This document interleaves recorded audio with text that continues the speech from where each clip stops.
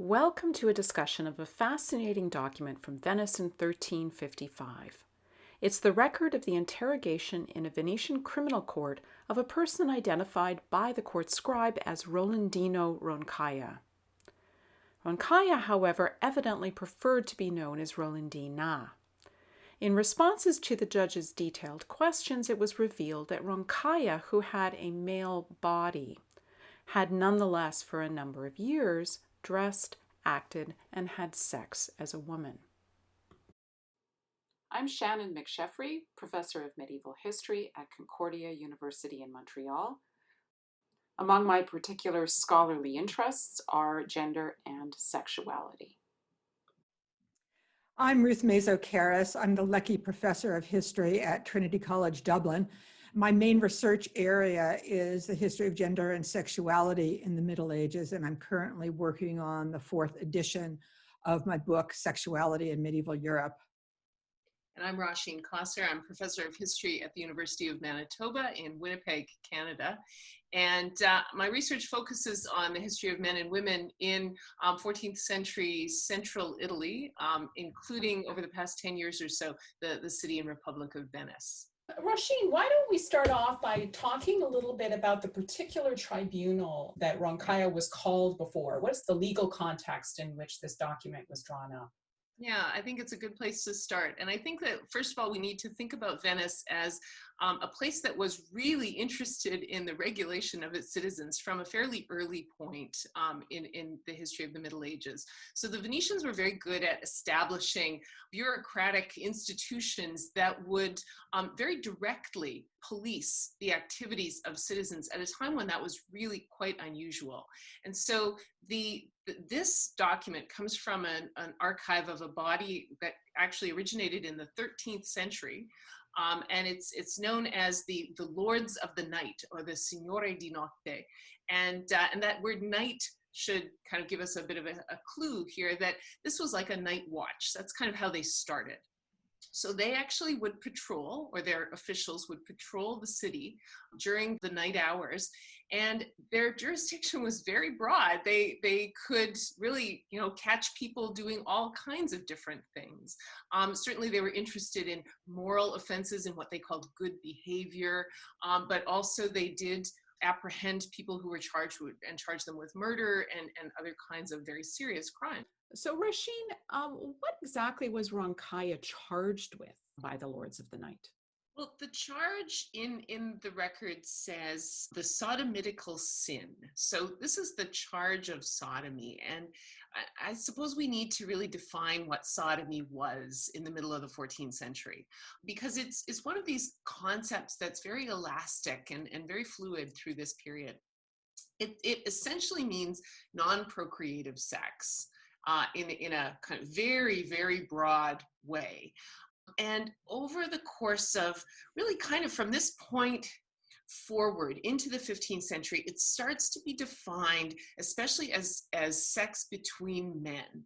But at this point in the 1350s, it's actually not clear that that's what it is. But it's clear here that it's sex that is that creates a lot of anxiety in this community, right? So we've got the fact that there's torture right away, being used to extract a confession. This is something that apparently the Lords of the Night were actually quite reluctant to use. So in other cases, they're sometimes, accused by other officials in Venice of not being ready enough to use torture. So the fact that torture is being used right from the beginning here, that to me says that this is a very anxiety-provoking act. So I think this is an interesting moment actually in the history of Venice and also the history of sex, that this is not quite what we might imagine it to be.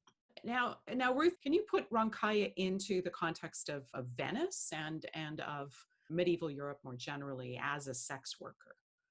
Yes, we know that many towns in later medieval Europe had officially licensed or officially run brothels that were justified in various ways, either to promote order in the town rather than have sex workers out walking the streets, to bring income to the town through the licensing fees.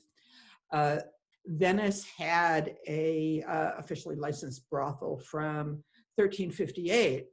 So Ronchaia is just a tad early for that, but Ronchaia is probably the kind of sex worker who would not have been in an official brothel anyway, and not just because of any questions that might have surrounded their gender. It sounds like their career was street walking rather than working in a brothel full time. And so a lot of sex work in the Middle Ages was what we might call casual rather than professional labor. It wasn't full time. It was something that people might turn to when they needed money or when another job had come to an end.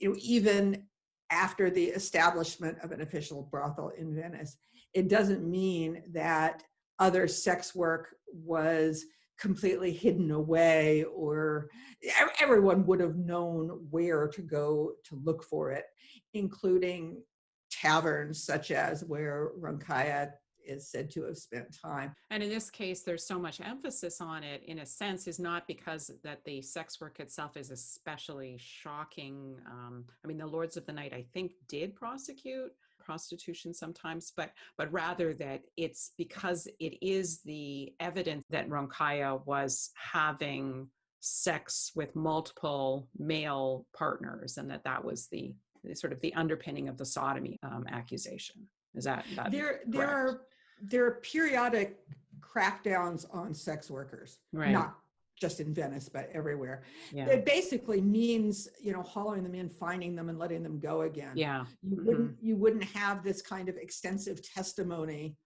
That would be quite unusual. Yeah. And you certainly wouldn't have something like a death penalty. I mean, this is not just a case about sex work. Yeah. Yeah. I actually, if I can jump in, I think that's so important, because one of the things that the document really emphasizes is the deception, right? Over and over again, we hear about, and that they're emphasizing the deception that Ronchaia hid his, as they say in the document, penis from clients, I suppose they are. And that this seems to be the problem more than any other aspect of the activities that are named here. Yeah. Do you think that's plausible, that somebody, could be having sex with somebody and not really understand that the person was not biologically female? The other case I was going to mention is one from 1477 that Helmut Puff has written about, the case of Katharina Hetzeldorfer, who was assigned female at birth and is said to have had sex with a number of women as a man, using a strap-on that is described in some detail how it was constructed out of wood and leather. According to the testimony in court, they lived for several years with a woman who claimed that she didn't know that the person she was living with was female. That is probably exculpatory. I think it would be very difficult to live intimately with someone for 2 years and not know that it was a strap-on rather than a physical part of their body. But who knows? Ruth, you've written the book Sexuality in Medieval Europe that looks at the big picture of the sex lives of medieval Europeans. Where does Ronchaia fit into that? And the first thing to understand is that both sexual and gender identities were constituted in very different ways in medieval Europe than they are today. So people would not probably have thought of themselves as gay or straight, cis or trans. It's not always clear exactly what were the categories that they used, but they were definitely different from ours. And the evidence that we have for someone's gender identity in the Middle Ages can be really difficult to interpret. They didn't describe themselves saying, this is my gender. The sources that we have are usually hostile. I mean, we get a lot more information from court records than we do from many other kinds of sources, because the things that people were thought to be doing that were transgressive and brought into court for, they alarmed people, and people wrote about them a lot, but they wrote about them in the context of recording a court proceeding. Now, this particular case is the clearest one that I know of for medieval Europe for a trans identity, or an identity that we would call trans in our terms. I worked on one from England, the case of Eleanor John Reichner, and that one's a bit less conclusive, because if we can believe the testimony as it's recorded, Reichner said that they sometimes had sex with women as a man and sometimes with men as a woman. That doesn't really say anything about identity, but it says that they were switching back and forth in terms of their behavior. With Ronchaia, it seems they weren't switching back and forth. But we can't ask Rolandina or Rolandino Ronchaia whether they were a woman or a man. We also have to ask ourselves, what standard of evidence are we going to use? If I wanted to say, well, it's really not entirely clear in the Ronchaia case, I could also say it's not really entirely clear in any case. That is, the sources are just not set up to give us that kind of information, and it's not really fair to say that I demand absolute proof in the case of Ronchaia when I don't demand absolute proof in the case of, King Henry II or something. Right. One of the things that trans people today struggle with, emphasize a lot, are pronoun use. In the original document was in Latin. And one of the issues of moving from Latin into English is that English uses far more pronouns than Latin does. And the pronouns also work differently. One of the things that means is that when you are translating into English, you, the translator, I was what we call supplying the pronoun. But what do you do then when you are talking about this person who I think identified as a woman, might have, if transported to 2020 and speaking English, would want to use she and her pronouns. And at the same time, that's not what the record itself seems to say. So I made a decision, as the translator, not to conceal the fact that this is a hostile source. And that's one of the things that Ruth was talking about earlier. So this is not Ronchaia's own words. This is written down by these hostile court authorities. The hostile court authorities, from what I could see from my own analysis of the language in the document, thought that Ronchaia was a man. And so they use male pronouns, and I believe that was what they meant. And so when I needed to supply them, I supplied male pronouns. I think it's also important to note that this is a really interesting case, but it ends very tragically for Ronchaia. Ronchaia was executed at the end of all of this. This is not just a kind of fun little bit of sexual diversity in the Middle Ages. This is something that was a lot more serious. Shannon, I completely agree with you that we don't want to cover over the fact that the text is misgendering Ronchaia. So when you're speaking in your voice rather than the voice of the source, you're using she. Yeah. I think I would be inclined to use they.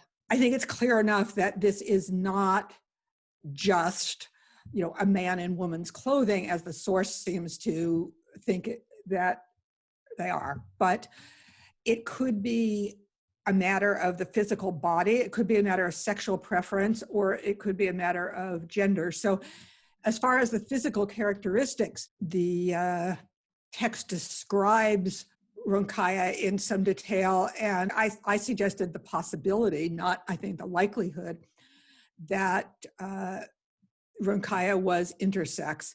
I think it is also very possible that they chose to emphasize androgyny as much as possible. So tried to make their body as unreadable as possible.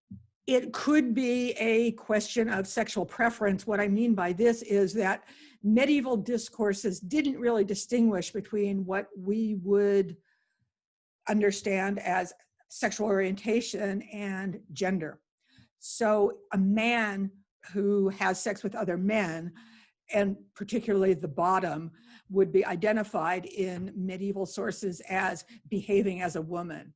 So it's possible that what Ronchaia was a bottom, and the hostile source is saying that makes them like a woman. Right. I think the most likely interpretation is the one that Shannon is suggesting, that Ronchaia did identify as a woman.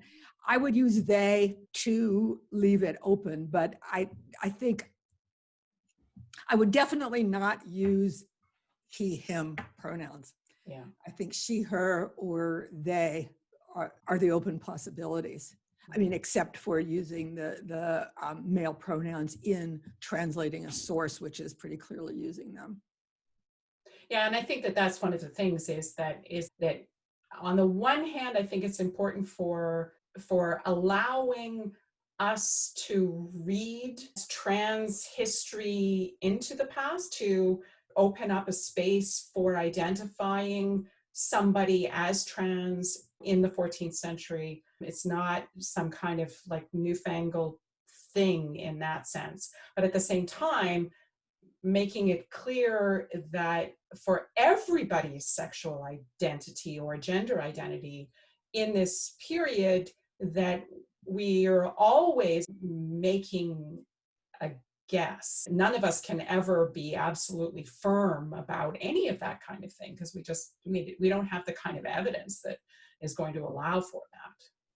And Shannon, I wondered if we might just say a little bit about the way in which scholarship has changed over the last 20 or 30 years around these issues. And, this is a case that was written about a little bit in the 1970s, in a different way, right? And there was much more certainty. I think that scholars had, were much more certain in their use of things like pronouns, but also the way that they read the hostile sources, sometimes less than sympathetically, right, and certainly with less empathy to the people who were being depicted in them. And really, I think, Ruth, you're the person to talk about this, because I think you've talked so reflectively about your own work, but it really strikes me that bringing up these issues now, that we're at a moment of change in scholarship in the way that we're referring to people in the past, and I think it's all to the good. Yeah, I wrote about this other case, John Reichner, in the 90s. The title of the article was "A Transvestite Prostitute in 14th Century London," and I wrote about it again 20 years later. I wouldn't use the word transvestite, and I wouldn't use the word prostitute either. The general discourse has just way outpaced the scholarly discourse. And I think scholarship needs to catch up. And this is the key thing, not who it's used for, but who it's used by, to identify themselves. Yeah. I think that it behooves me as a cis woman to try and follow the lead of how trans people are identifying themselves. I mean, there are many different practices even in contemporary public discourse as well as for scholars. So when it's a field of scholarship that is changing as rapidly as this one, sort of following in the wake of society that's changing even more rapidly, of course, the words that we used 20 years ago or 5 years ago are going to be outdated. I mean, I just went on about how I would use they. And in fact, in this article published in the mid-teens, I used neopronouns because I just couldn't bring myself to use a singular they. It just grated on me as someone who had all those years of grammar drilled into me, and too late for that article. But I came to the conclusion that singular they is what people use for themselves. And I think we need to follow what people use for themselves. I wouldn't have taken this same line 10 years ago. So we all evolve as scholars. Yeah. Yeah. I just want to say one of the things that I have really appreciated working with students in the last 10 years or so has been how much I've learned prodding from students and questions by students, and students reading work and saying, well, what about this? And it's so exciting to be a part of scholarship as it's changing. And I think that this is a very, very healthy thing that we're engaged in. Yeah. Well, and if there are any students who are watching this, I think it's important to know those students are part of this community of interpretation that we're talking about. And on some sorts of things like this, students are right at the front. And I know that having taught for many years that university-age students are people who are thinking a lot about gender and sexual identities. And people in the past were doing the same thing. This isn't just a new thing. Thanks to the both of you. This is so interesting. Okay, well, so thank you both to Roisin Cassar and Ruth Mazo-Karras for your contributions here. I'm Shannon McSheffrey. Thanks for joining us.